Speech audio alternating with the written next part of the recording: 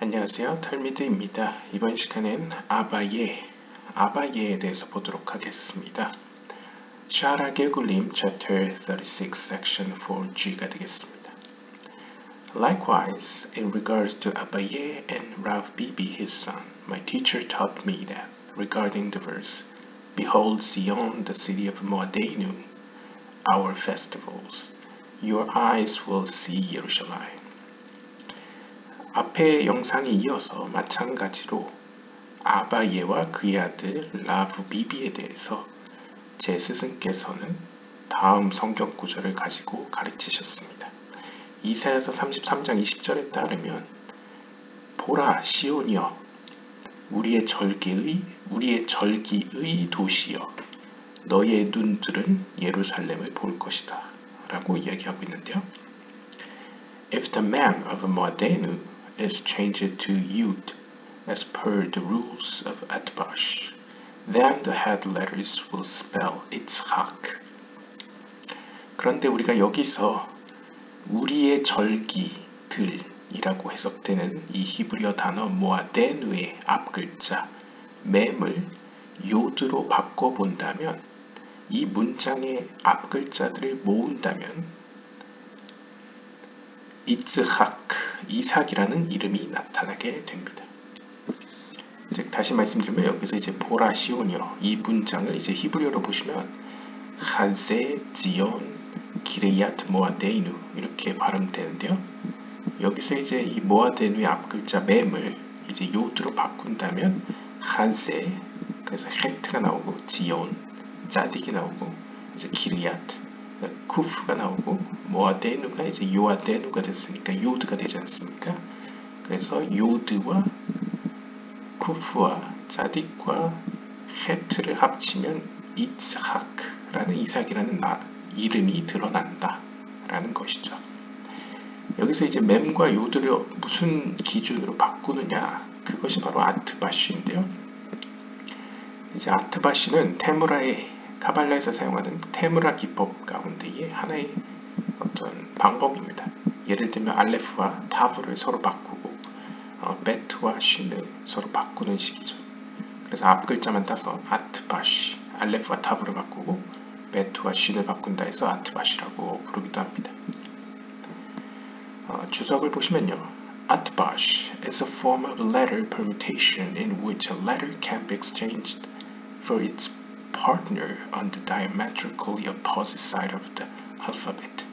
그래서 이 아트바시라는 건 어떤 의미에서 서로 양 끝에 있는 전혀 다른 위치에 있는 히브리 알파벳들끼리 서로 바꿈으로써 어떠한 의미를 내비치는 기법이라고 우리가 설명할 수 있겠습니다. There are secrets in this method as to why a given permutation comes out specifically in this way. 그리고 이 아트바시의 방법이 또한 우리에게 어떤 신비적인 의미에서 의미를 주는 이유는 그것을 바꿔봤더니 우리가 보는 2번 문장 이사야서 33장 20절도 이 mem을 아트바시 방법으로 요드로 바꿨더니 이삭이라는 이름이 나타난다. 이런 경우도 있겠고 대표적인 경우는 이제 성경에서 저도 잘 기억이 안 나지만 열왕기서인가 역대기서에서 아마 보통 시삭왕이라고 부르는 그 파라오의 왕의 이름에 이제 셰샥을 이제 글쎄요 그 문장에서 아마 셰샥이 이제 우리가 알고 있는 그 이집트 왕도 있긴 파라오도 있긴 하지만 바벨론 지역에 갈대아 지역에 있는 어떤 셰샥 혹은 시샥 비슷한 발음이 있었던 것 같습니다. 그래서 이제 본문 가운데서는 이제 시쉑라고 표현되지만 그걸 아트바시로 바꾸면 바벨이라는 단어가 되기 때문에 그것을 시쉑이라고 읽지만 카발라적으로는 바벨이라고 해석해야 된다. 이런 방법으로 이제 접근하는 경우도 있기 때문에 이러한 아트바시나 알밤 같은 어떤 테무라의 방법으로 히브리어 어떤 단어를 바꿔보았을 때 어떤 의미에서 이해가 되고 이렇게 문장이 상식선 안에서 해석될 때에 이제 랍비들은 고대 중세의 랍비들은 이 어떤 히브리 알파벳의 변화 가운데 어떤 신비한 의미가 있다. 그런 생각을 가졌던 것이죠. 아무튼 이제 이삭 루리아 그리고 그의 제자들 역시도 이 카발라에서 사용하는 테무라 기법, 특별히 아트바시를 통해서 이 이사야서 33장 20절을 번역해 보았을 때에 이삭이라는 이름이 나타나게 되었다는 것이죠. 그래서 제 스승께서는 이미 앞에서 설명한 바와 같이 이 사람이 누구인지, 이 이름이 누구를 가리키는지에 대해서 이야기하셨습니다.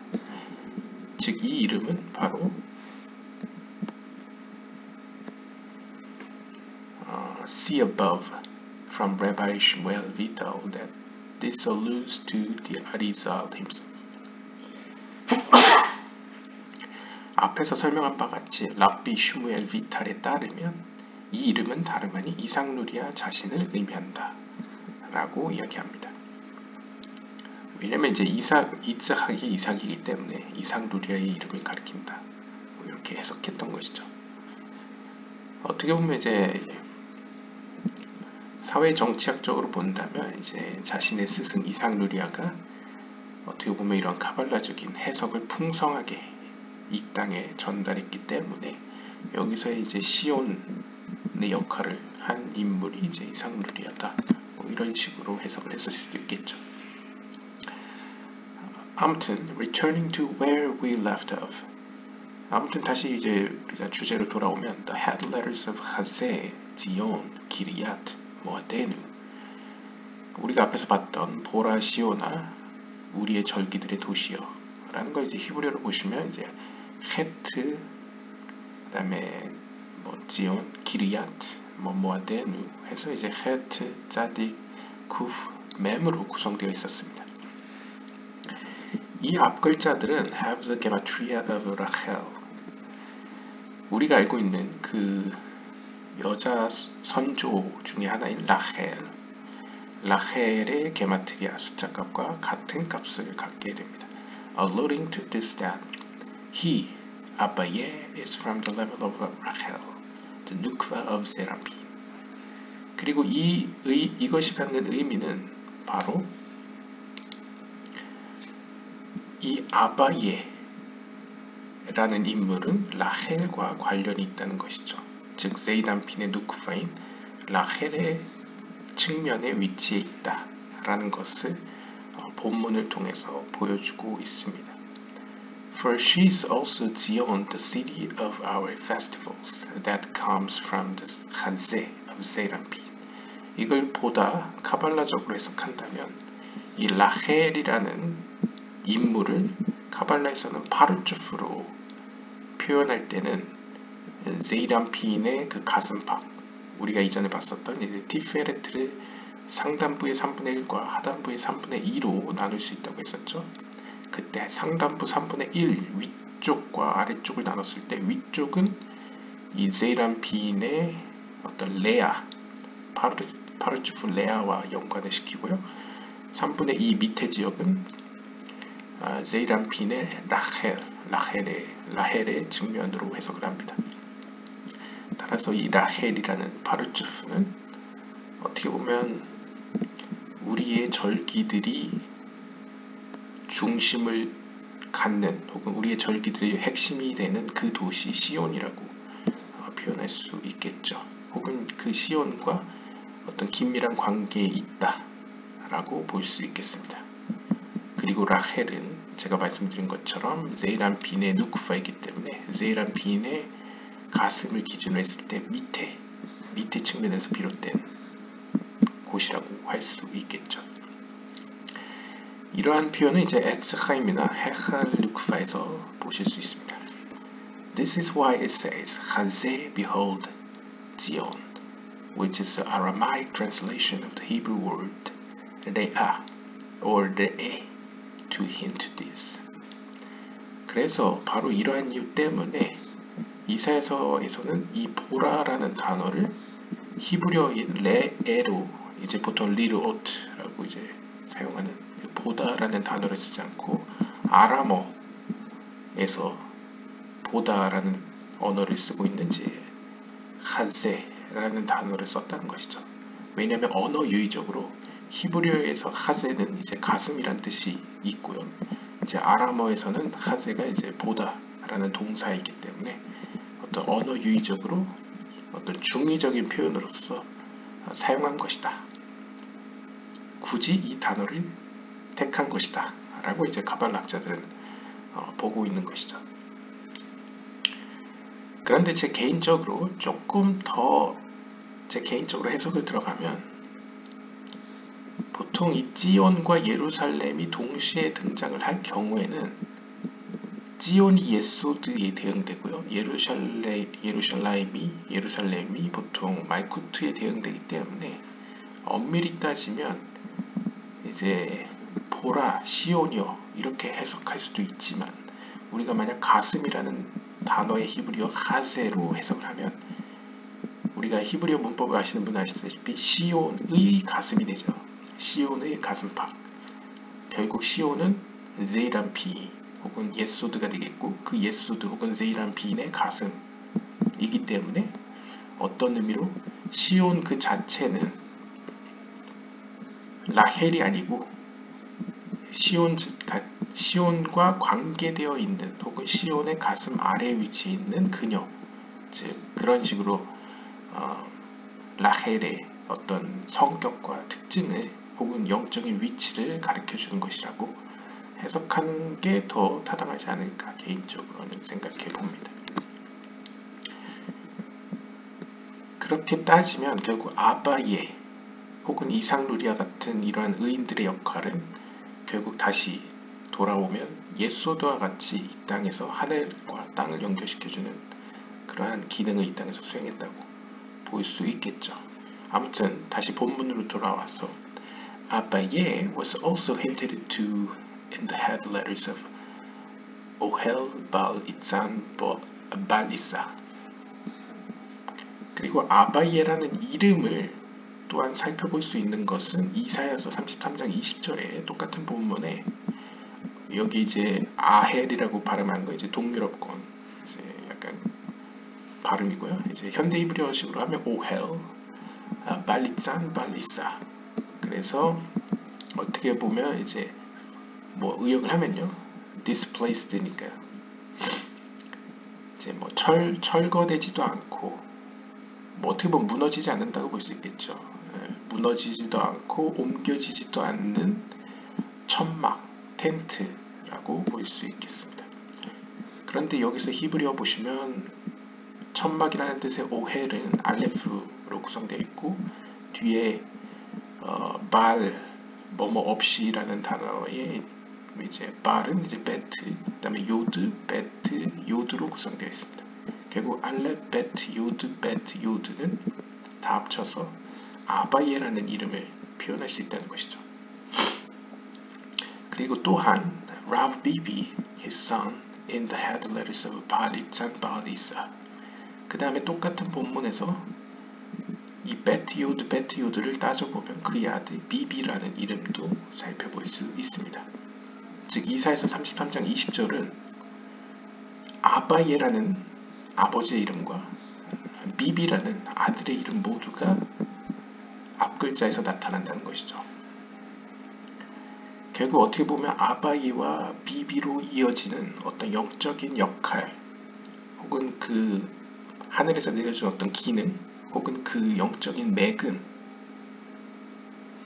계속 어떻게 보면 무너지지도 않고 옮겨지지도 않게 굳건히 이어질 것이다. 뭐 이렇게 해석할 수도 있겠습니다. My teacher did not want to reveal to me why these matters were mixed into this verse. 제 스승께서는 왜 이 두 사람의 이름이 이렇게 서로 혼합되어 있는지, 왜 한 문장 안에 두 사람의 이름이 섞여 있는지에 대해서는 밝히시지 않으셨습니다. 밝히기를 원치 않으셨습니다. 그냥 비밀로 붙였다는 것이죠. Above, the Arizal explained that Abaye is from the Cain root. 우리가 앞에서 이상루리아의 말에 따르면 아바예는 가인의 뿌리에서 비롯된 인물이었다고 설명을 했었죠. A principal dynamic of the root is wandering and not having a settled place. 우리가 창세기 4장 12절을 인용하면서 이 가인의 뿌리에 속한 영혼들은 성경에서 보여주는 가인의 모습과 마찬가지로 어떤 의미에서 떠도는, 즉 정주하지 않는, 어떤 곳에 정착하지 않는 성향이 있다고 이야기했었죠. The point of this wandering is to uproot people from the perspective of thinking that this world in terms of itself is a settled place.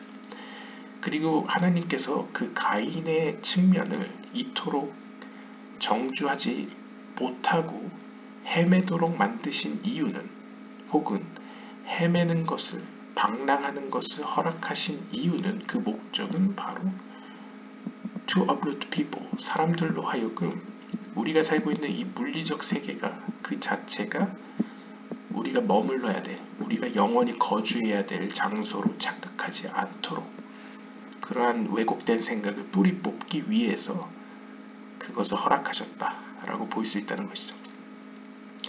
The only real settlement for the soul is to be by God. 그래서 약간 종교적으로, 영적으로 표현하면 우리가 진정으로 정주해야 될, 우리가 영원히 거주지로 삼아야 될 장소는 바로 하나님의 곁이라고 원론적으로는 이야기할 수 있겠습니다. This is the idea of I walk before God in the land of the living. 이것이 바로 시편 116편 9절에서 고백하고 있는 개념. 나는 생명의 땅, 의역을 하면요, 생명의 땅이신 하나님 앞에서 걸어갑니다. 즉 보통 걸어간다는 건 삶을 산다는 것이죠. 그러니까 나의 생명은 곧 하나님 앞에 있다 라고 볼 수 있겠죠. The temple is special in that it is a settled place for divinity to dwell in this world with us. 우리가 성전 그리고 성막을 떠올려 보시면 이 성전이나 성막이라는 장소는 이 땅에서 특별하게 하나님의 신성이 우리와 함께 이 세상에서 거하시는 특별한 장소를 의미합니다. Through it, a person can achieve real stability even in this temporal passing plane. 그리고 그러한 장소가 존재함으로 말미암아 인간은 잠깐 지나가는 이 물리적인 세계 가운데서도 영적인 안정성을 얻을 수 있게 됩니다. 그러니까 영적인 안정, 영적인 안정이라는 것은 다시 말하면 하나님으로부터 오는 우리를 존재케 하는 그 생명의 빛을 받음으로써 우리가 존재로 계속 유지할 수 있는 이유는 약간 거칠게 표현하자면 물리적인 의미에서 하나님이 거하시는 성막이나 성전의 장소 때문에 가능하다는 것이죠. Therefore, 따라서 the establishment of the temple depends upon the fixing of the came root. 이러한 의미에서 성전이 있다는 것은 결국 무엇에 달려있느냐? 우리가 가인의 측면을 고치는 것과 깊은 관계가 있다는 것을 알 수 있습니다. 우리가 앞에서 봤다시피 영적인 세계의 가장 낮은 이곳에서 우리가 살고 있는 이유는 고치기 위해서라고 했었죠. 그게 카발라, 이삭누리아 체계에서의 카발라의 가장 큰 테마입니다. 즉 이 세상을 고친다. 티쿤 올람이죠. 물론 티쿤 올람이 이제 보통 이제 시오니즘이나 그런 데서 이야기하는 보편적인 의미에서의 티쿤 올람이 아니고 이제 카발라에서 이야기하는, 특별히 이제 이삭누리아 체계에서 이야기하는 티쿤 올람은 이 영적인 세계를 고친다는 것이죠. 원래 하나님이 꿈꾸시던, 계획하셨던 그 영적인 상태로 우리가 성장과 더불어서 완성되는 세계를 이제 추구한다. 그 방향으로 나아간다는 것이 이제 고치는 것이라고 할 수 있겠습니다. 그 가운데서도 가장 고침의 핵심이 되는 대상이 가인의 측면이었죠.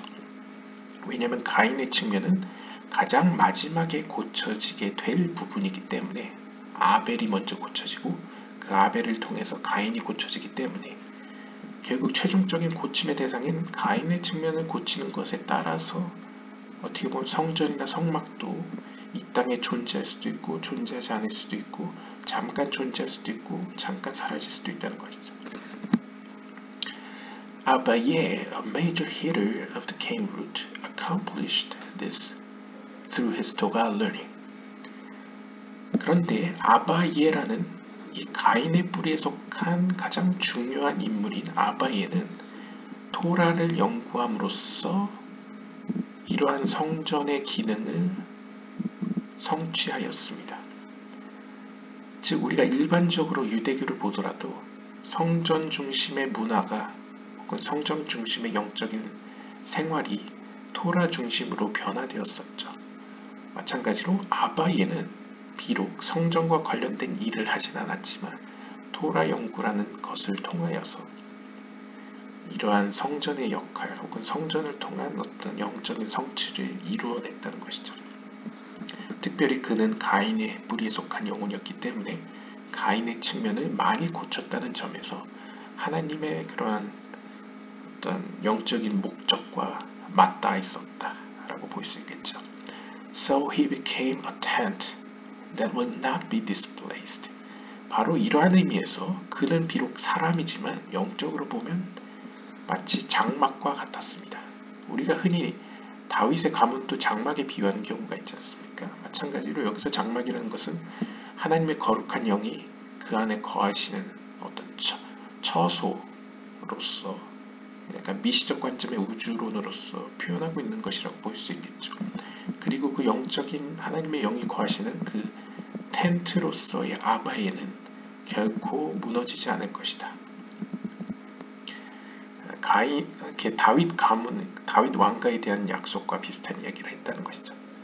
This also explains the Talmudic passage about Abaye at first learning in his house and then coming to the realization that it is better to learn in the house of study.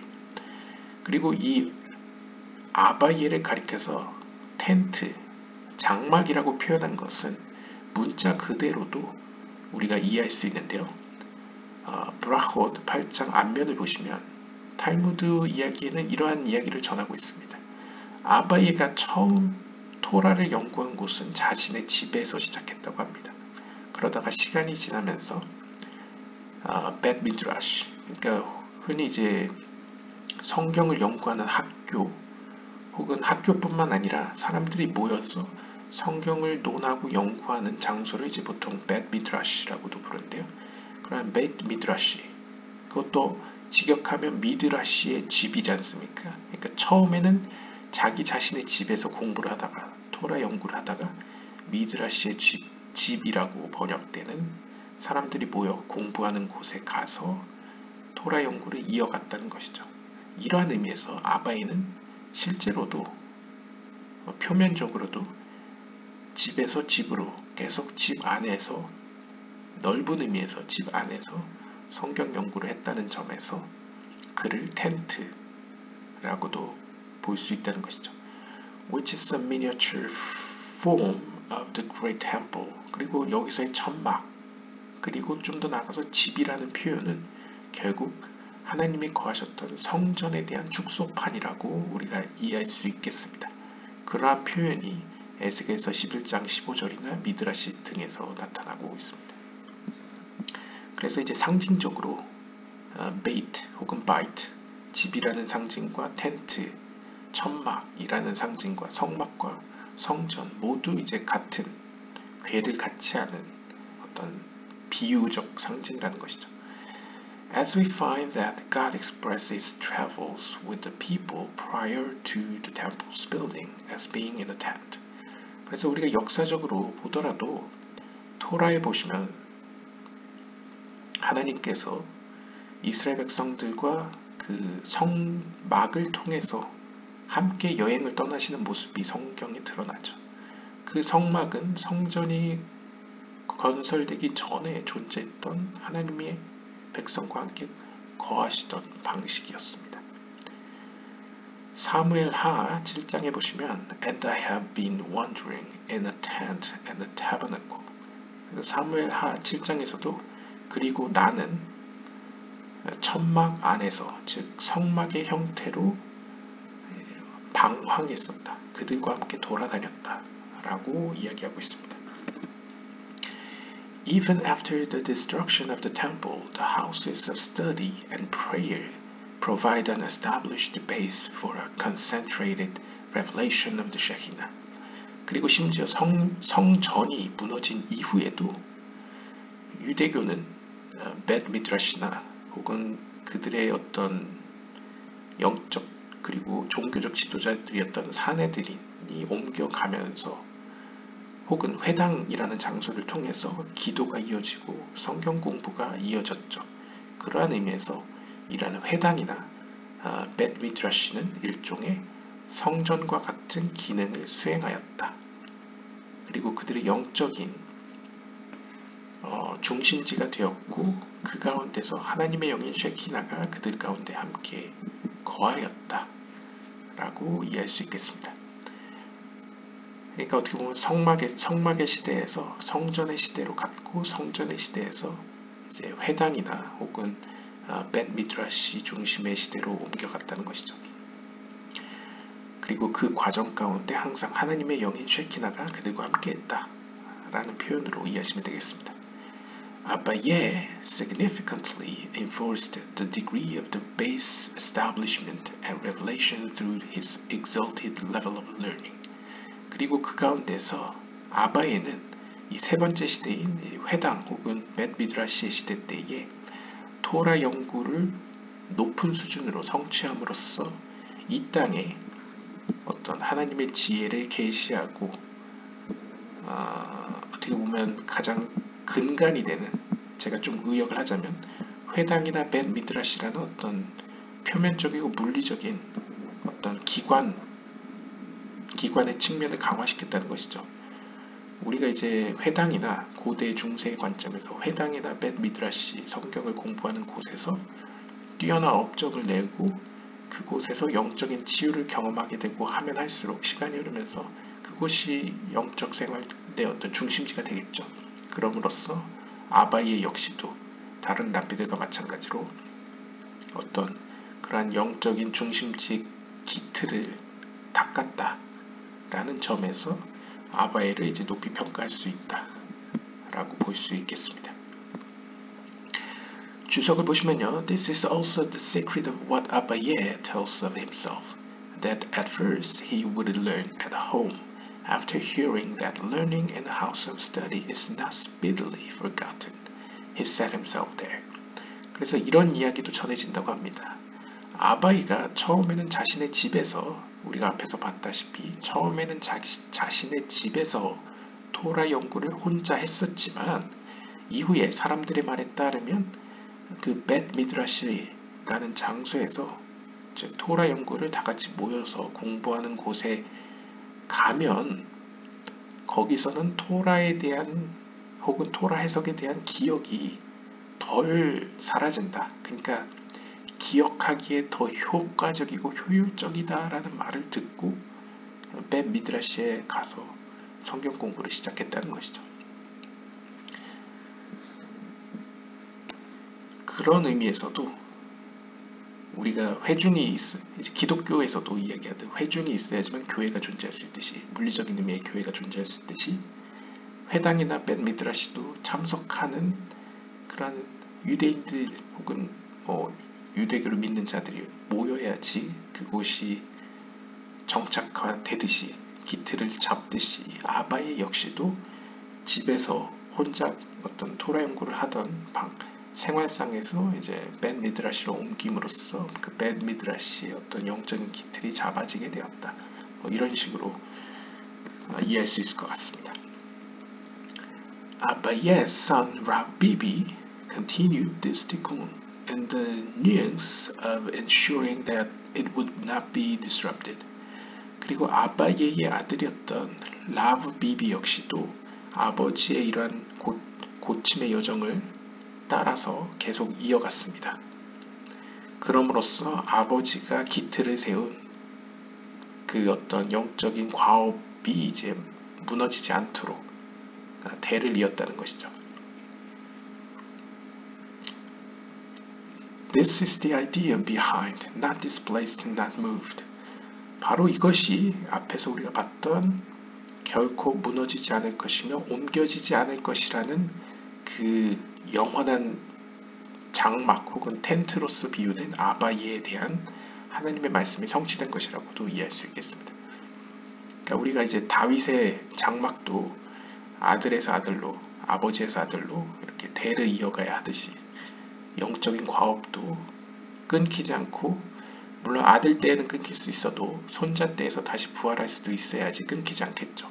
마찬가지로 아바이에서 아들인 라브 비비에게로 그 영적인 임무가 계속 이어져 나갔다 라는 점에서 그의 장막은 이제 무너지지 않고 옮겨지지 않을 것이다 라는 말씀을 우리가 이해할 수 있겠습니다. 그리고 그 말씀 안에 비비라는 이름이 들어있죠. 비비 is the same as 아바예, except that in it 아바예's aleph becomes a bet. 그리고 여기서 재밌는 점은 우리가 앞에 언급한 이사야서 본문에서 아바예라는 이름과 아들인 비비의 이름이 같은 문장 안에 들어있었죠. 그래서 이 둘은 어떤 영적인 모습과 하는 일에 대해서는 거의 똑같다고 볼 수 있지만 차이점이라고 한다면 아바예의 이름에는 알레프로 시작하지만 아들인 비비의 이름은 베트로 시작한다는 것이죠. 이 알레프와 베트의 차이에 대해서는 우리가 창세기에 대한 미드라시에서 살펴볼 수 있는데요. Aleph is the first letter of the alphabet. It has in it the hidden potential of all. 일단 우리가 옛지라서 같은 걸 보시면 이제 혹은 미드라시, 창세기 미드라시를 보시면 창조와 관련되어서 왜 하나님께서는 세상을 베트로 만드셨는지에 대해 이야기를 합니다. 우리가 먼저 고려해야 될 부분은 이 히브리어 알레프는 영어 A와 마찬가지로 히브리어 알파벳 체계의 가장 으뜸이 되는 알파벳이 됩니다. 따라서 카발라적으로 그리고 영적으로 이 알레프는 상징적으로 모든 것을 아우르는 어떤 잠재적으로 모든 것을 아우르고 있으면서 동시에 자기 자신은 하위의 세계에게 관측되지 않는, 인식되지 않는 어떤 숨겨져 있는 하나님의 속성을 의미한다고 우리가 볼 수 있겠죠. 그래서 보통 케테르를 알레프에 비유하기도 합니다. 경우에 따라서는요. 알레프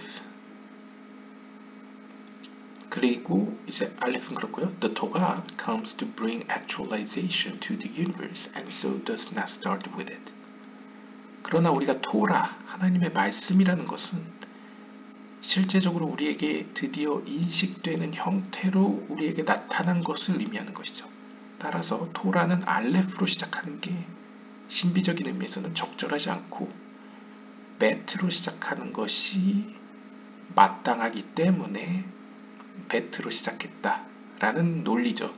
그러니까 약간 어떤 논리적인 이성적인 의미라기보다는 약간 아가다식의 약간 이야기식의 설명이라고 보시면 되겠습니다. 그리고 약간 신비적으로 이 베트라는 것은 앞에서 언급한 것처럼 bite, 집이라는 뜻을 가지고 있습니다. 그러니까 집이라는 것은 어떤 의미에서 무언가를 담고 있고 무언가에게 안정적인 어떤 처소를 마련하는 곳이기 때문에 보이지 않는 하나님이 성전이나 성막에 거하심으로써 우리는 그 하나님의 영을 간접적으로 하지만 보다 가깝게 그를 인식하고 느낄 수 있겠죠. 따라서 보이지 않고 초월적인 알레프보다는 상대적으로 보이고 느껴지는 혹은 자신을 계시한 어떤 건물의 형태로 비유할 수 있는 베트로 시작하는 게 마땅하다 해서 창세기 1장 1절은 베레시트, 베트로 시작한다 라고 이해하시면 되겠습니다. 따라서 그렇기 때문에 히브리어 알파벳 베트는 토라에 있어서는 첫 번째 알파벳이 되었고 알파벳 책에서는 두 번째 알파벳이 되었습니다. 왜냐하면 이제 알파벳의 체계는 어떻게 보면 창조 이전의 세계에 하나님께서 어떻게 보면 피조 세계를 건축하기 이전에 어떤 만들어 놓은 재료라고 표현할 수 있기 때문에 거기에서는 두 번째에 위치하지만 창조라는 본격적인 피조 세계를 구성할 때에는 배트로 시작했다는 것이죠. 그 이유는 앞에서 설명했던 것처럼 배트가 바이트, 집이라는 의미도 가지고 있고 또한 배트는 그 알파벳의 모양이 보여주는 것처럼 어떤 신비적 의미도 있기 때문인데요. 그것에 대해서는 옛지라서 영상이나 혹은 책을 살펴보시면 아마 거기에 등장할 것 같습니다. 뭐 정답이 있는 게 아니고 이제 일종의 해석이 있는 거죠. It literally means house and represents that the purpose of creation is to make a dwelling place below. 그래서 여기서 이제 친절하게 설명을 해주네요. 미드라시 탄후마나 나소 16장에 따르면 이 베트라는 것은 문자 그대로 집을 의미하며 이 집이라는 상징성 안에서 하나님의 피조 세계를 향한 창조의 목적은 다름 아닌 이 낮은 세계에 하나님이 거할 수 있는 장소를 만드셨다. 그것이 하나님의 목적이다 라고 볼 수 있기 때문에 베트로 시작했다는 것이죠. 그리고 이 땅, 낮은 세계의 거처라는 것은 The universe, a place for godliness to substantially manifest. 우리가 인식할 수 있는 어떠한 형태로, 즉 본질적으로 우리가 하나님을 인식하는 것도 쉐키나라는 어떤 형태지 않습니까? 쉐키나라는 것도 어떻게 보면 우리의 수준에서 인식할 수 있는 하나님을 쉐키나라고 볼 수 있는 거죠. 사실 본질은 우리가 인식할 수 없지 않습니까? 그러니까 결국 하나님이 이 낮은 땅에 물리적인 세계에 자신의 거처를 만든다는 의미는 문자 그대로 어떤 흙이나 나무나 금속으로 된 집을 만든다는 의미라기보다는 우리가 그나마 어떤 지성과 감성으로 인식할 수 있는 무언가 존재로서 인식되는 형태로 자신을 계시하였다. 그 정도로 보시면 될 것 같습니다.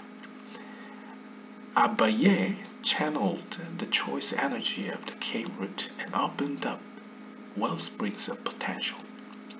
그리고 아바예는 특별히 가인의 뿌리와 관련된 가인의 뿌리에서 비롯된 영혼이기 때문에 그가 가인의 측면을 고침으로써 그 가인의 측면이 긍정적으로 변화했을 때 갖게 되는 선택에 의한 에너지를 이 땅으로 흘려보내게 하였는데요.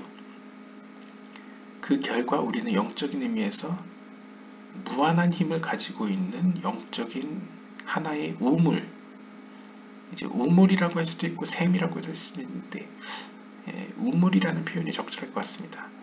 약간 말쿠트의 측면에서는요. 그래서 우리가 지혜를 끌어올릴 수 있는 어떠한 지혜의 우물을 우리에게 보여주었다 라고 평가할 수 있겠습니다. 선택의 에너지라는 건 약간 종교적으로 표현하면 자유의지와 관련할 수 있겠죠.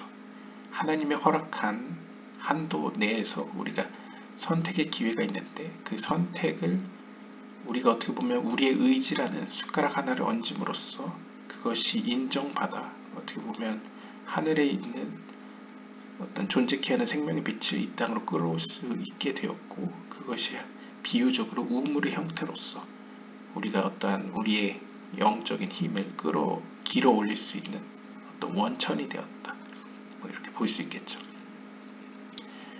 Rob Beebe extended the outlet of his father's work into a concretizing bed.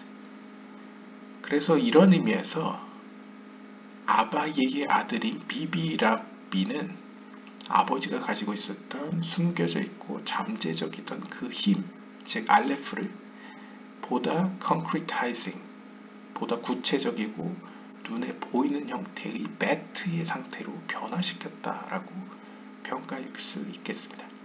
이걸 보다 이제 문학적으로 풀어낸다면 paving the way for the building of the third and final temple which will last forever.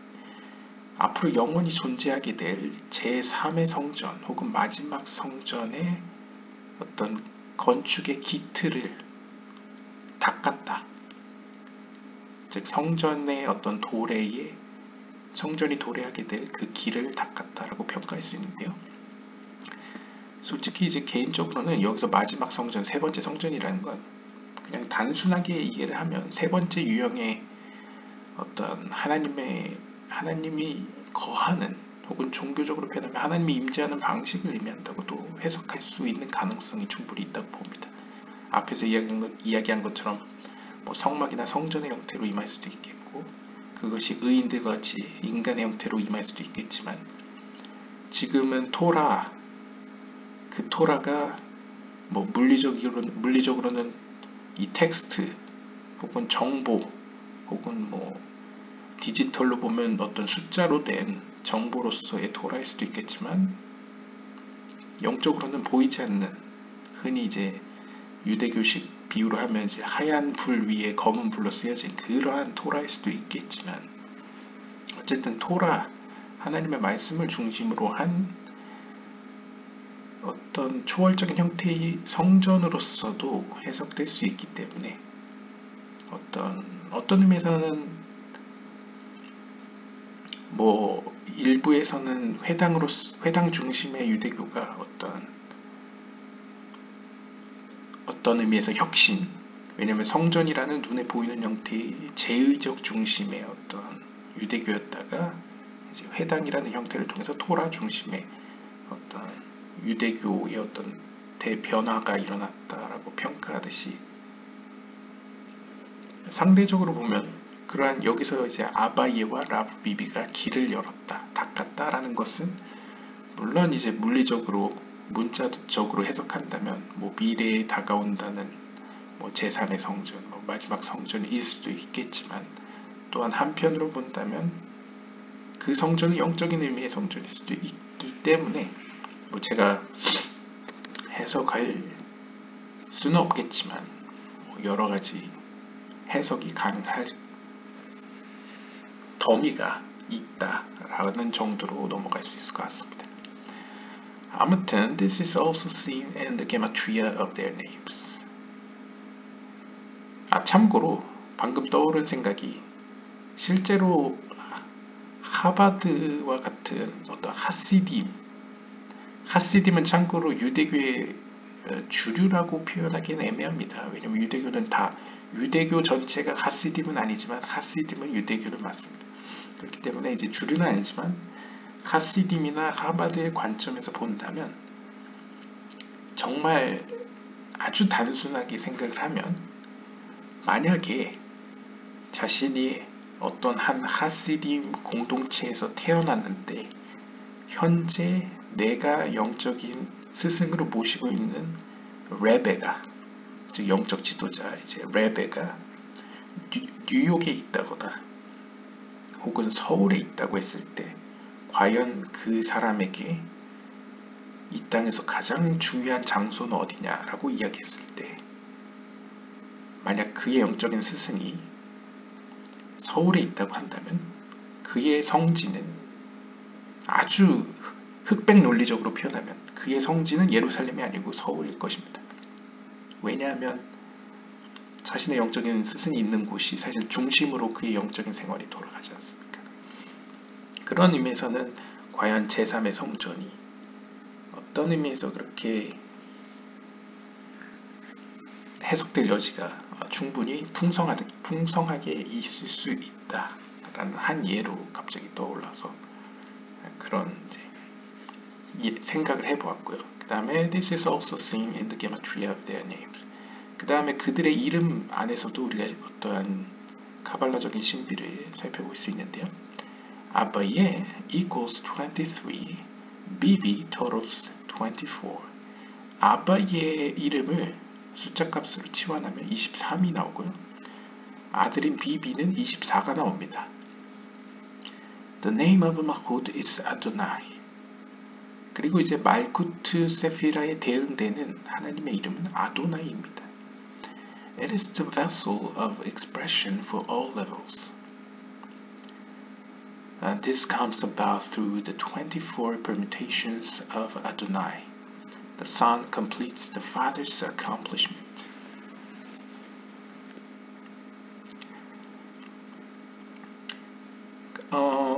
24.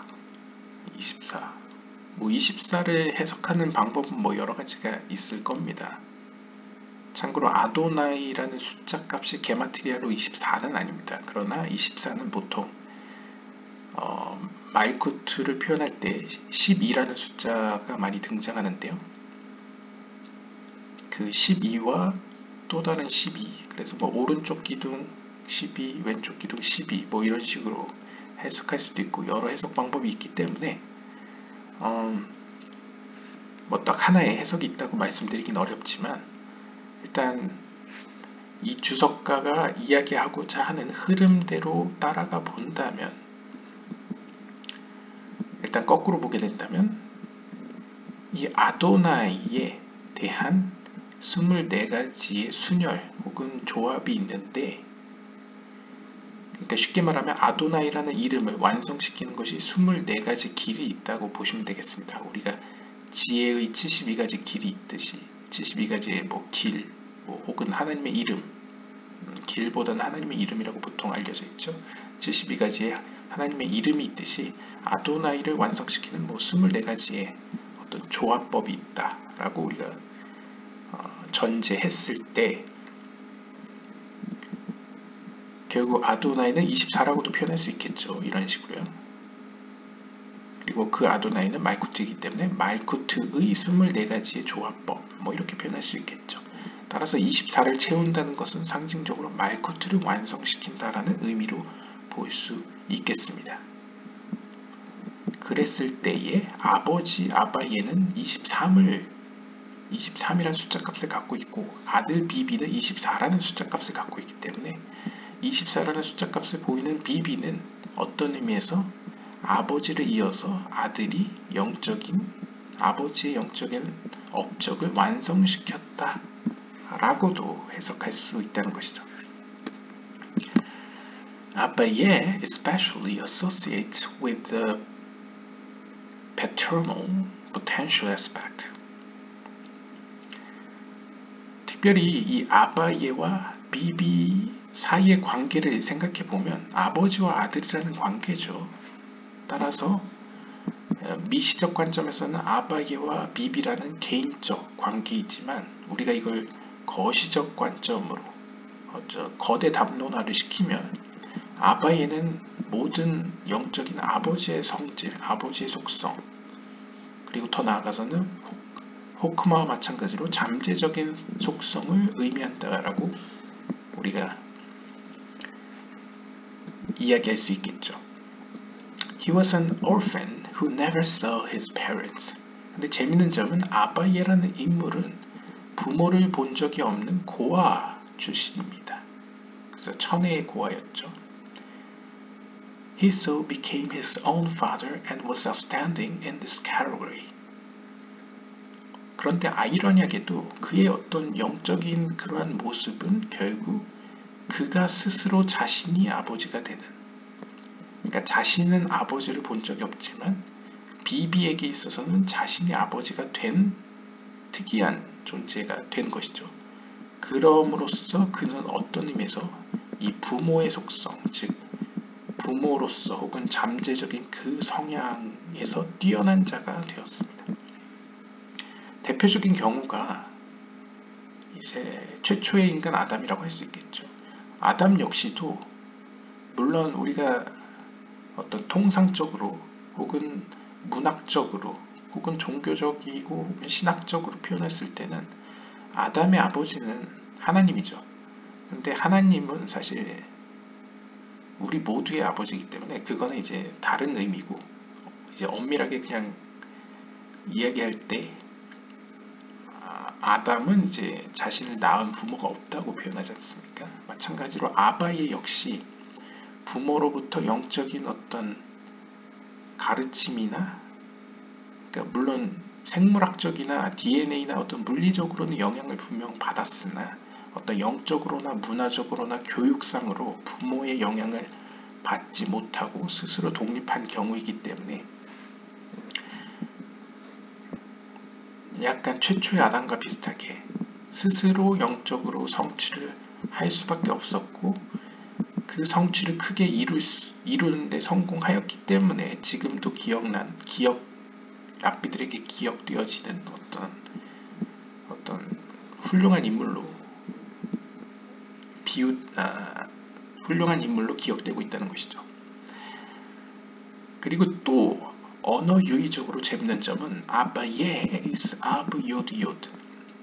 아바예의 이름은 아버지라는 히브리어 단어 아브와 뒤에 요드 요드라는 히브리 알파벳으로 구성되어 있습니다. 주석을 보시면요. This is similar in style and in concept to the Torah's title for the month of Nisan.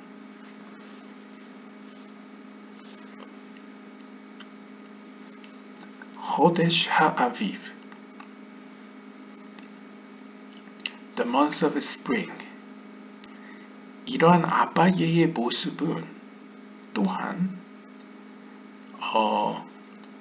하아비브, 봄의 달, 그러니까 봄의 달이라고 직역할 수 있는 니산월의 어떤 모습과 연결시킬 수 있는데요. 그 개념과 어떤 관련이 있다고 이야기하는데요. 민수기 16장 1절에 보시면 이제 봄의 달이라고 부르기도 하는 니산월을 떠올려 보시면 아비브, 이 봄이라는 히브리어 단어 아비브는 lends to be rendered ab plus 요드베. 그러니까 지금 이 주석가는 이 아바예의 이름이 아브와 요드요드로 구성되어 있는데 그거를 이제 아브와 요드요드로 분리해서 지금 해석을 시도하고 있지 않습니까? 그러한 전례가 있는지 봤을 때 이제 아비브라는 이 봄이라는 단어에서 살펴볼 수 있다는 것이죠. 즉 아비브는, 즉 봄이라는 히브리어 단어 아비브는 아브와 요드베트로 나누어서 해석해 볼 수 있는데요. 세프리에 따르면 아브와 요드베트로 나누게 되면 12달의 아버지라는 뜻으로 해석할 수 있다고 합니다. 왜냐면 요드가 숫자값 10이고 베트가 2이기 때문에 12개의 달들의 아버지가 되는 것이죠. 따라서 니산월이라는 이름과 굉장히 걸맞는 호칭이라고 우리가 생각할 수 있겠습니다. 왜냐하면 지금의 유대력은 9월 10월쯤에 도래하는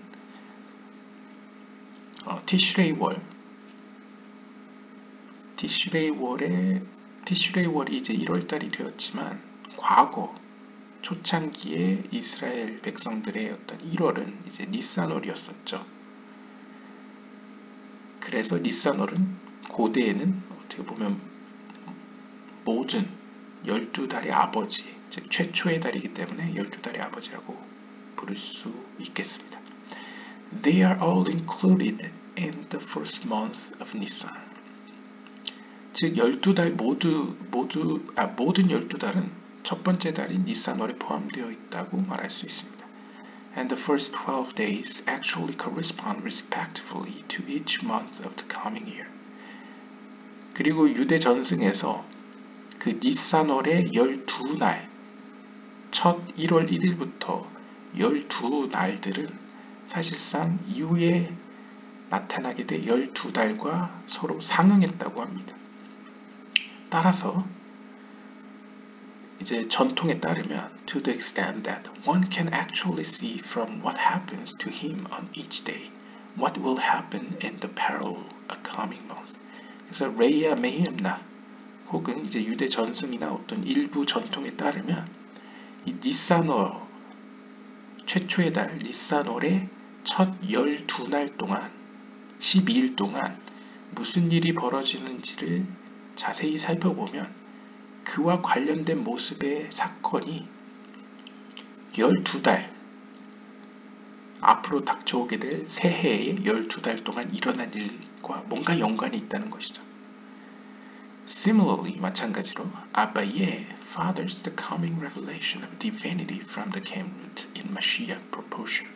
마찬가지의 의미에서 이 아바예는 영적으로 이후에 나타나게 될 가인의 뿌리로부터 비롯될 그 메시아의 어떠한 측면을 미리 보여주는 어떠한 프리뷰, 어떤 전례가 된다는 것이죠. 실제로 이제 요드라는 방식은 흔히 이제 하나님을 우리가 요드의 바벨을 읽을 때 하셴이라고 읽기도 하고 달렛으로 기록하기도 하고요. 왜냐면 요드의 바벨가 이제 달렛 4개로 구성되어 있지 않습니까? 4개의 글자니까 달렛으로 쓸 때도 있고 하셴이라고 쓸 때도 있고 뭐 여러 가지 방법이 있습니다. 뭐 하바야라고 부를 때도 있고 하지만 이제 요드라고 부르는 경우도 있습니다. 그러니까 결국 어떻게 보면 아바예라는 이름은 어떻게 보면 하나님의 아버지라는 의미죠. 근데 이제 보통 속어가 그러하듯이 하나님의 아버지는 하나님의 아버지라는 의미라기보다는 하나님이 가지고 있는 아버지의 속성, 즉 호크마에 대응되는 인물이었다. 혹은 영적인 성향을 가지고 있다라고 볼 수 있겠죠. 그리고 우리가 호크마를 보게 되면 모든 세피롯의 아버지라고 불려지기 때문에 그러한 어떤 세피라적 상징으로도 그의 어떤 영적인 위치를 우리가 이해해 볼 수 있겠습니다. Yud is the only letter that's the point and does not reach to the bottom of the line. 그리고 이제 히브리 알파벳의 모양으로 우리가 보더라도 히브리 알파벳 가운데 요드만이 어떻게 보면 공중에 떠 있습니다.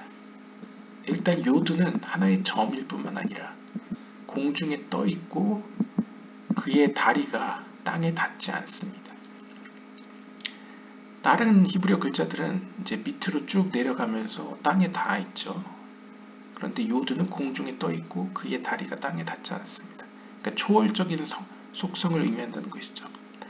The two Yods represent the seeds of potential above and below that the Father sows. 그리고 또 요드는 카발라나 여러 유대 문학 속에서 어떤 남자의 정액으로 비유될 때도 있고 씨앗으로 비유될 때도 있습니다.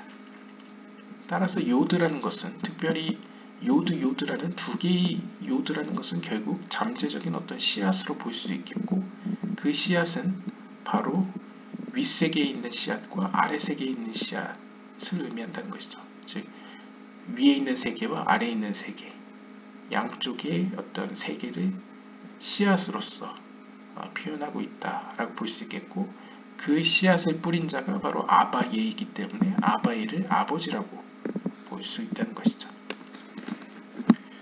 마치 호크마로부터 제이람핀과 말쿠트가 나타나듯이 말이죠. The Talmud tells that Rav Bibi once wanted to see demons. 탈무드의 이야기에 따르면 한 번은 라브 비비가 악마들을 보고 싶었다고 합니다. He followed the suggested formula, saw them, but was damaged by them. 그래서 실제로 그 라브 비비는 전해지는 어떠한 공식을 따라서 악마를 보고자 했고 실제로 악마를 보는데 성공했다고 합니다. 하지만 문제는 그로 인해서 그는 어떤 피해를 입게 되었습니다. The rabbis prayed and he was healed. 그래서 랍비들이 그를 위해 기도를 했고 그 결과 라브 비비는 치유되었습니다. 완쾌되었습니다. 라고 브라콧 8장 앞면에서 전해지고 있습니다. Later, the Talmud tells that he did the mitzvah of reading the weekly Torah portion with the Targum Aramaic translation all in one day for the whole year. 그리고 이후의 일들을 탈무드는 이렇게 전해주고 있는데요.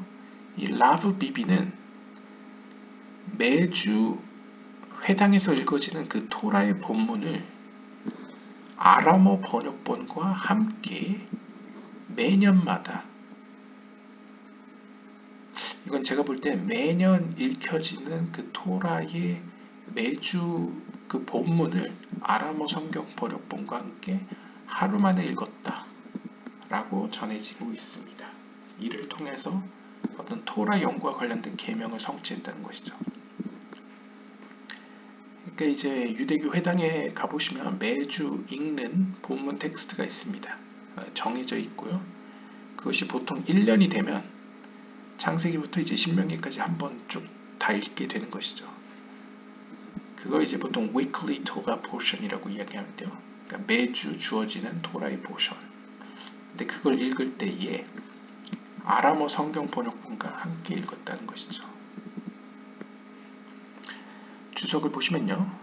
이 bid 앞에 설명에 이어서 This relates to the opinion of Beth Shammai who maintained that one must light all the 8 candles of the Hanukkah menorah on the first day.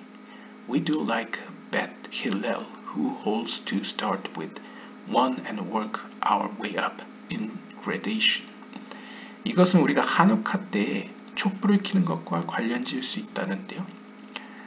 샤밧 21장에 따르면 힐렐 학파와 샴마이 학파가 있습니다. 이거에 대해서 이제 이전 영상에서 언급했었죠.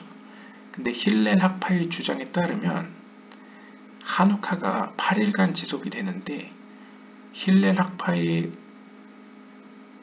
해석에 따르면 혹은 주장에 따르면 하누카 때 켜는 촛불은 하루에 하나씩 점차적으로 늘려가는 것이 타당하다라고 주장했었고 샴마이 학파에서는 반대로 하루에 8개의 촛불을 켜는 것이 옳다.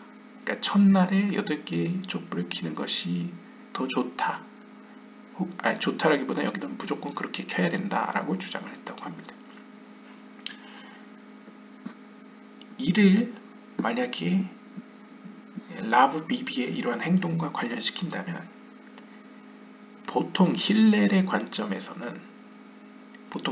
관점이 보편적인 모든 사람들에게 해당되는 견해라고 보시면 됩니다. 보다 이제 일반 사람들에게 친화적인 법 해석이죠. 그래서 힐렐의 견해에 따르면 마찬가지에서 힐렐적 관점에서 이야기한다면 1년 동안 토라를 읽는 것은 이제 점차 읽어 나가는 것이 적절하다는 것이 힐렐적 관점이라면 라브 비비의 경우에는 그 1년치에 읽을 토라의 본문을 하루 만에 타르굼 아람어 번역본과 함께 읽었다라고 여겨집니다. 그러니까 하누카의 불을 첫째 날에 모두 켜는 것과 같은 일을 라브 비비는 했다는 것이죠. 이게 라브 비비가 옳으냐 틀리냐의 문제가 아니고 그는 그것이 맞았다라고 볼 수 있는 것 같습니다. 그냥 탈무드는 그러했다는 것을 이제 전하는 것 뿐이죠. There are countless stories to be told about each of the rabbis.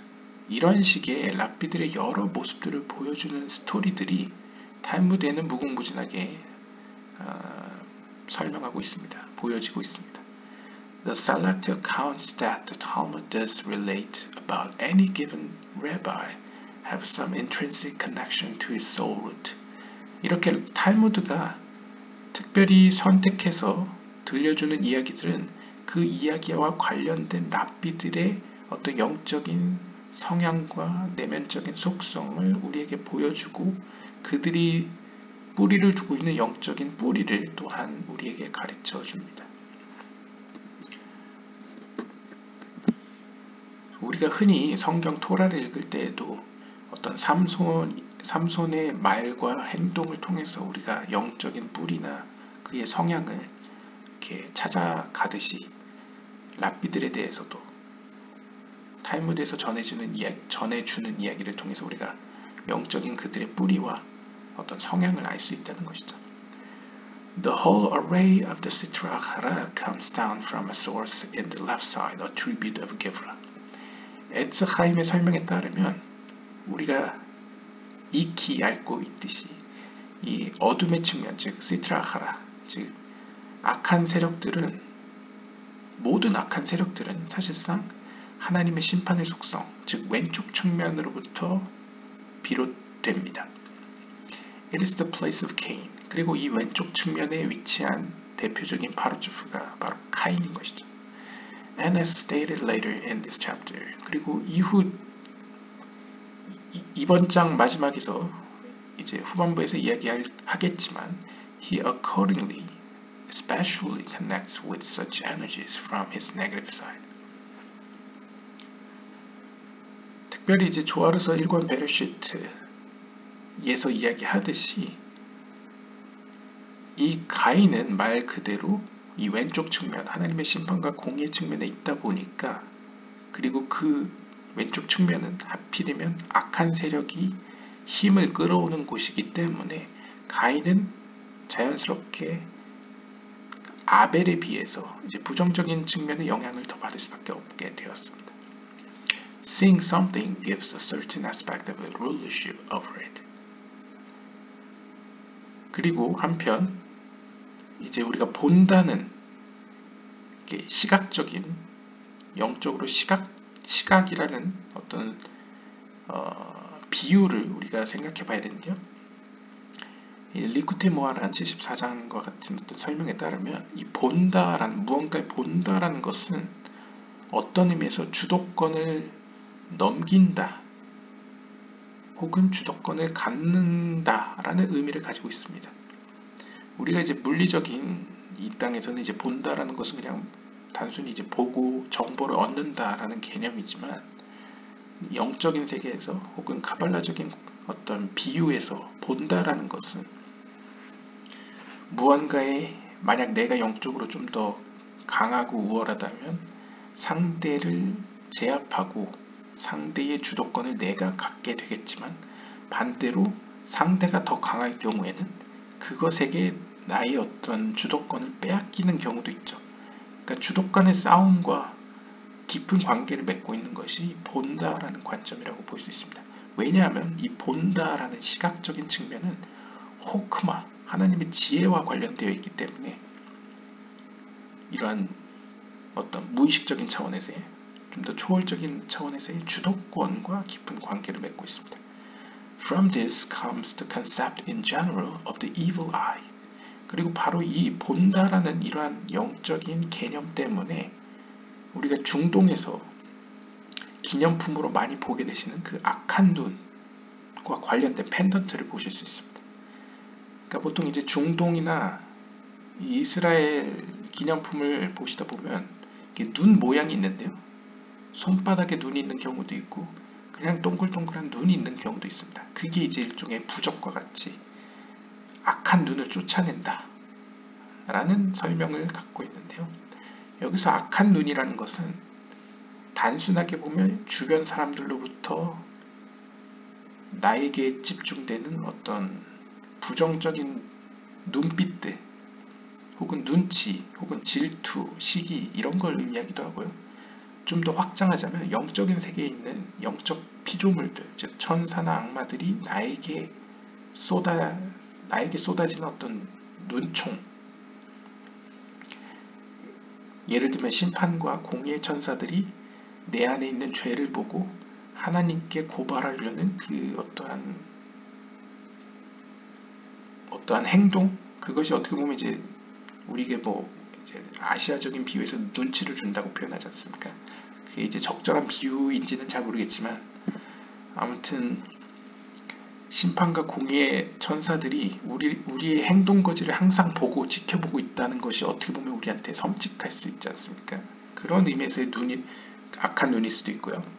왜냐면 여기서 악하다는 건 도덕적 의미의 악이 아니고 심판과 공의의 측면도 악하다라고 카발라적으로 비유적으로 이야기하기 때문에 그런 의미에서 악한 것일 수도 있고, 실제로 악마들이나 이 악한 측면에서 우리를 어떻게든 넘어뜨리고 유혹하려고 하는 그 악한 의도의 눈일 수도 있기 때문에 여러 의미에서 지금도 중동 지역 그리고 이스라엘의 문화권 혹은 아람 문화권에서 이러한 악한 눈이라는 상징성이 존재하고 있습니다. 이것이 악한 귀도 아니고 코도 아니고 입도 아닌 이유가 바로 이 눈과 관련된 시각적인 측면이 호크마, 어떤 지혜와 관련되어 있기 때문이라는 것이죠. Rav Bibi, coming from the cane root, was aspiring to fight fire with fire, and look at the dark forces in order to exercise a measure of power over them, to thereby subjugate them. 이러한 의미에서 라브 비비는 가인의 뿌리에서 비롯되었으나 가인의 뿌리의 긍정적인 측면의 영혼이었기 때문에 이 가인의 뿌리라는 게 무엇입니까? 왼쪽 측면이죠. 왼쪽 측면은 하나님의 심판과 공의의 측면이기 때문에 우리가 고대 중세적 개념으로 표현하면 물과 불과 바람으로 비유를 했을 때 불의 속성에 가까운 측면이라고 볼 수 있겠습니다. 즉 어떻게 보면 우리가 산불이 났을 때 맞불을 붙여서 막는다고 표현하죠. 마찬가지로 불을 막기 위한 불로서 라브 비비가 영적으로 이 땅에서 행동했다라고 볼 수 있겠습니다. 즉 라브 비비는 거룩한 불을 가지고 악한 불을 쫓아낸 인물이었다고 볼 수 있는 것이죠. 그걸 우리가 좀 더 이해할 수 있는 표현으로 이야기한다면 He looked at the dark forces. 그는 시각적으로 악을 응시하였습니다. 즉 악한 세력을 보았다는 것이죠. In order to 무엇을 위해서 exercise a measure of power over them. 그들의 어떤 주도권을 빼앗고 그 결과 thereby subjugate them. 그들을 굴복시키고 정복하기 위해서 그를 보았다는 것이죠. Even though he bit off a bit too much to chew and was damaged. 비록 우리가 앞에서 보았다시피 그가 악마들을 보기를 원해서 어떠한 전해지는 포뮬라, 어떤 공식과 과정을 절차를 통해서 악마를 보게 되었지만, 즉 악마를 마주하게 되었지만 그가 약간 너무 지나치게 악에 발을 담금으로써, 그러니까 이제 비유적으로 여기서는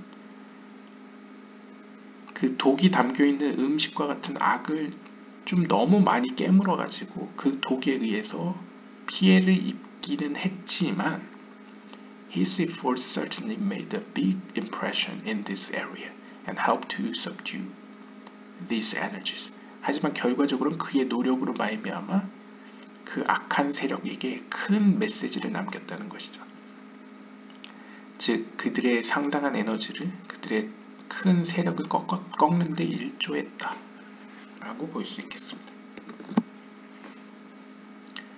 그러니까 쉽게 이야기하면 라브 비비는 가인의 부정적인 측면을 고쳐서 긍정적인 측면으로 화했던 인물이었고, 자신의 아버지의 영적인 유산을 물려받았기 때문에 어떻게 보면 영적이고 카발라적인 표현으로 불의 속성으로서, 즉 악과 대적해 싸울 수 있는 데 특화된 어떤 영적인 성향을 가진 인물이었기 때문에 악을 마주하고 응시함으로써 그들과 싸울 수 있었다는 것이죠.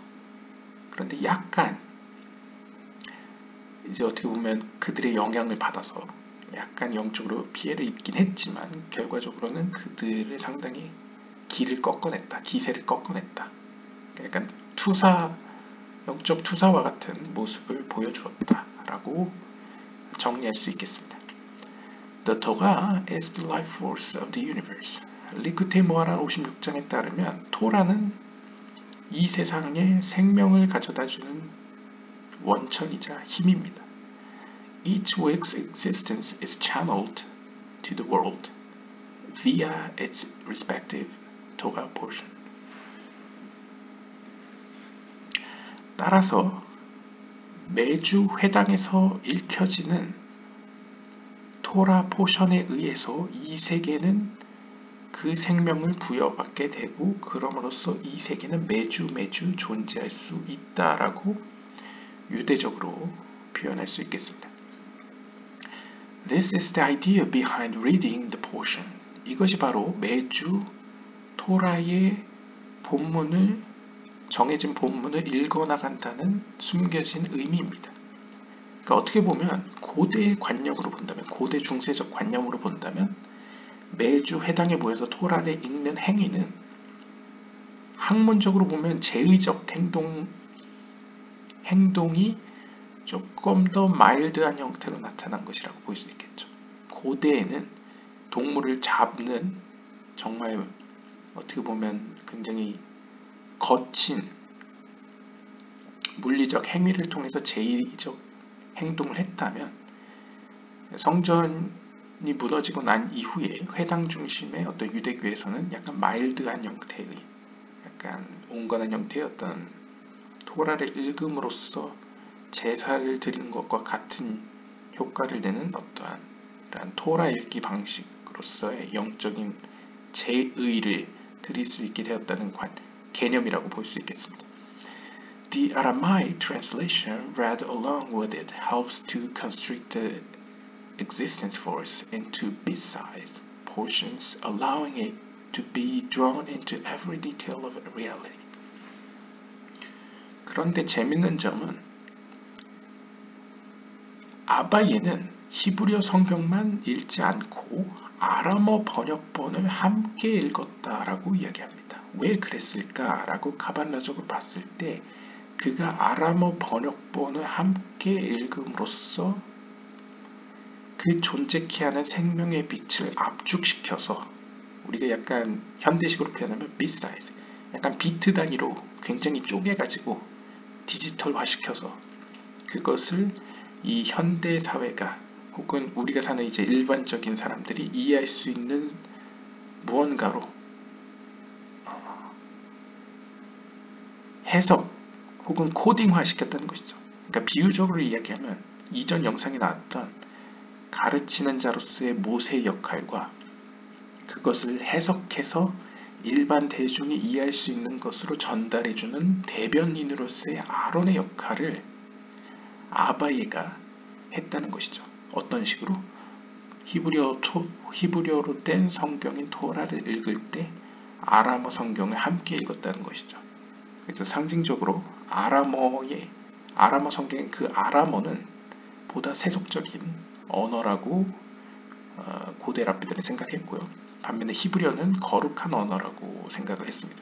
그래서 거룩한 언어인 히브리어와 어떻게 보면 세속적인 언어의 대표인 이제 아람어 성경을 읽음으로써 어떤 영적으로 그 두 가지 과정, 즉 모세가 대표하는 가르치는 자에서 어떤 계명과 아론으로 대표되는 해석하는 자로서의 계명을 둘 다 성취했다는 것이죠.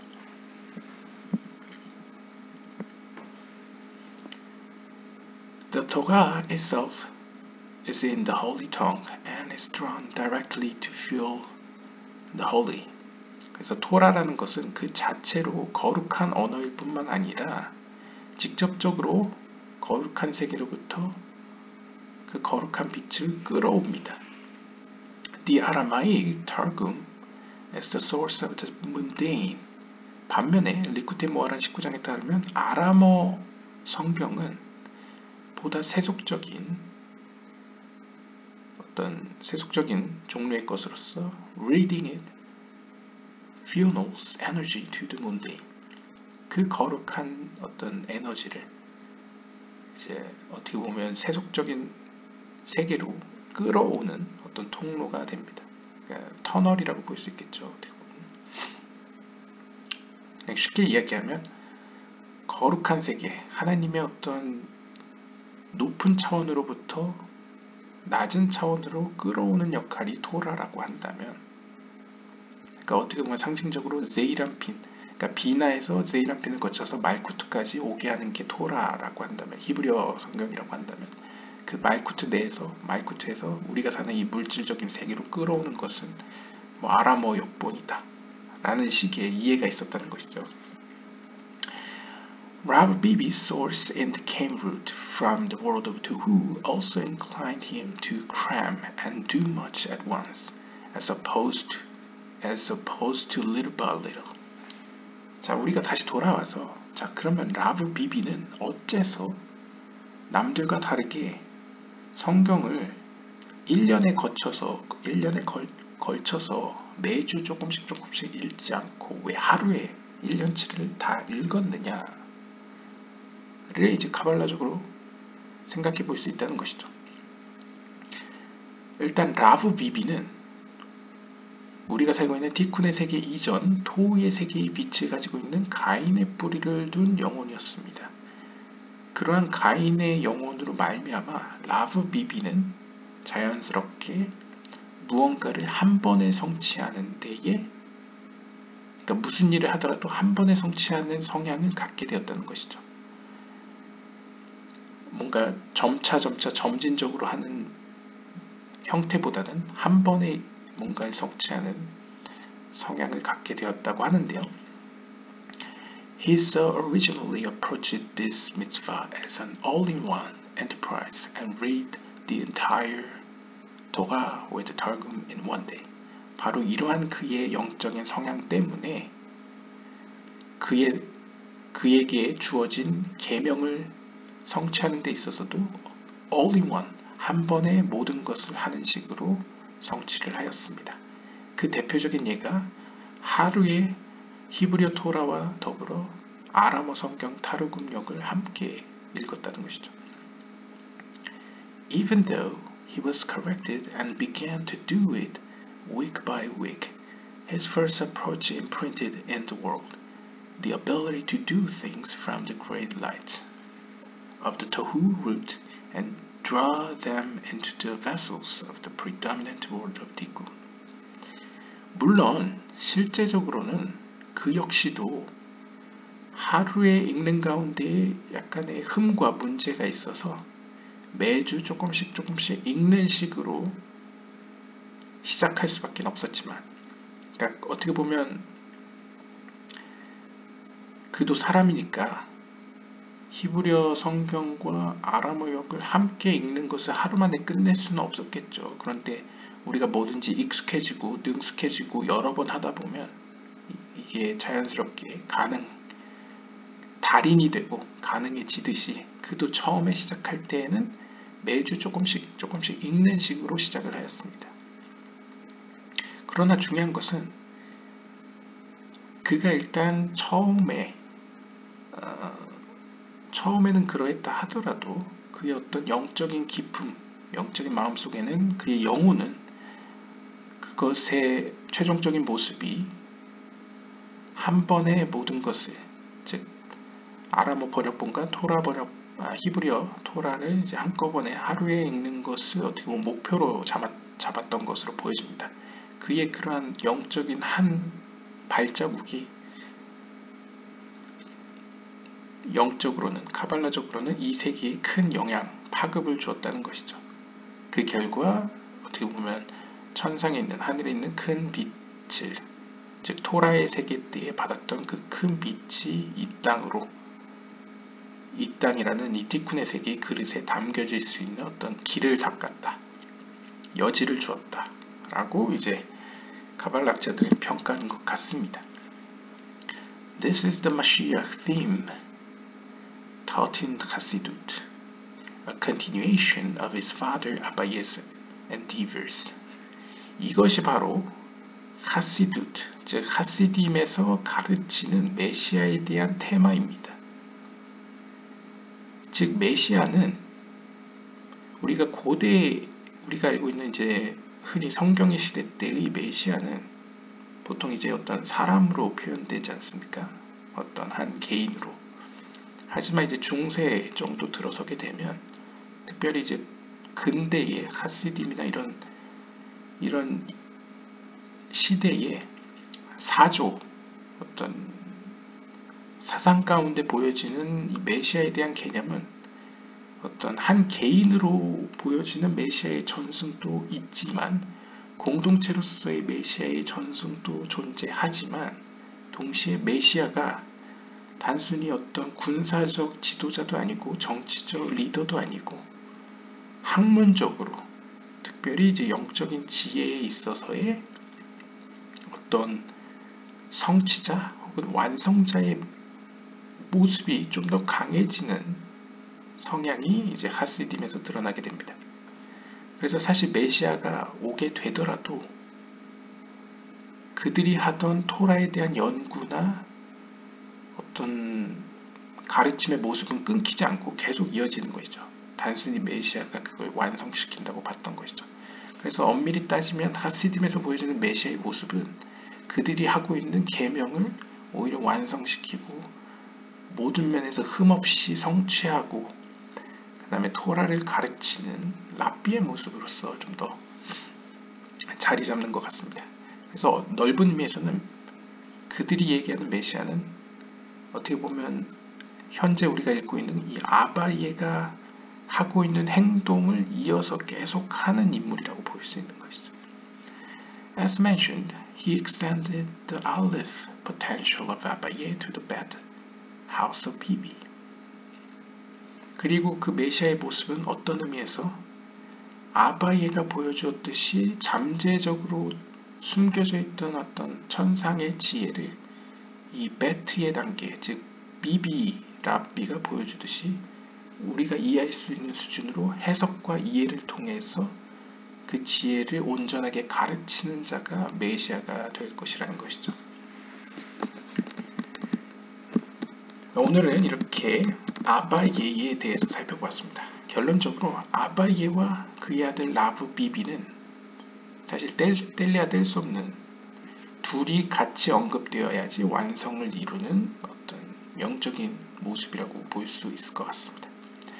결국 개인적으로는 아바예와 라브 비비로 표현되지만 보다 이제 큰 의미에서는 어떤 숨겨진 지혜가 계시되는다. 계시된 지혜로 이제 변화하는 그런 어떤 변화의 모습을 이 부자의 관계를 통해서 이제 살펴볼 수 있다. 라고 볼 수 있겠고, 그들의 모습이 결국 어떻게 보면 이 땅에 있는 의인들의 모습이고, 그 의인들은 결국 예소드와 같이 제이람핀의 역할을 이 땅에서 수행한다는 것을 또 함께 보여주고 있는 것이 이번 섹션이라고 볼 수 있겠습니다. 네, 이로써 이 카발라 온라인 사이트에 올려져 있고, 그리고 일반적으로 이제 영문 사이트에서 찾아보시면 이 샤라 길굴림에 대한 영어 번역본으로 되어 있는 내용은 거의 여기까지만 나와 있었습니다. 그러니까 Chapter 36, Section 4G까지가 이제 현재까지 온라인에 공개된 이제 영어 번역본이고요. 이후에는 이제 온라인 서점에서 뭐 번역된 책을 구입하는 방법이 있거나 혹은 이제 히브리어로 된 본문을 읽는 방법밖에는 이후의 모습을 볼 수 없는데요. 근데 제 개인적으로는 이제 왜 카발라 온라인에 혹은 다른 사이트에서 이제 아바예 지금 있는 섹션까지만 번역을 했을까라고 생각했을 때는 아마 이 뒤에 나오는 내용들은 대부분 그냥 제가 추정하기에는 앞에서 언급했던 그 여러 고대 중세 이상 루리아 시대까지의 랍비들이 속해 있는 영적인 뿌리와 그들의 성향, 영적인 성향들을 이제 구체적인 사례로서 언급하기 때문에 굳이 이제 일반 대중들에게, 독자들에게는 그걸 다 번역할 필요는 없다라고 아마 생각되어서 그런 게 아닐까, 여기까지만 소개된 게 아닐까. 그러니까 어떻게 보면 여기까지가 1부고 2부 순서는 이 뒤에 아마 이제 챕터 40, 이제 40장까지는 이제 2부 순서로 여긴 게 아닐까, 이렇게 생각이 됩니다. 추정합니다. 그래서 일단 이번 영상은 여기까지고요. 이후에 뭐 기회가 된다면 뭐 텍스트를 구하거나 혹은 뭐 서적을 구해서 함께 읽는 시간을 가질 수도 있겠지만, 일단 잠정적으로는 샤라 길굴림은 여기까지만 보도록 하고요. 이후에는 뭐 기회가 된다면, 뭐 자격이 주어진다면 계속 이어서 읽을지도 모르겠습니다. 읽도록 하겠습니다. 네, 오늘은 여기까지 보도록 하겠습니다. 네, 다음 시간까지 감사합니다.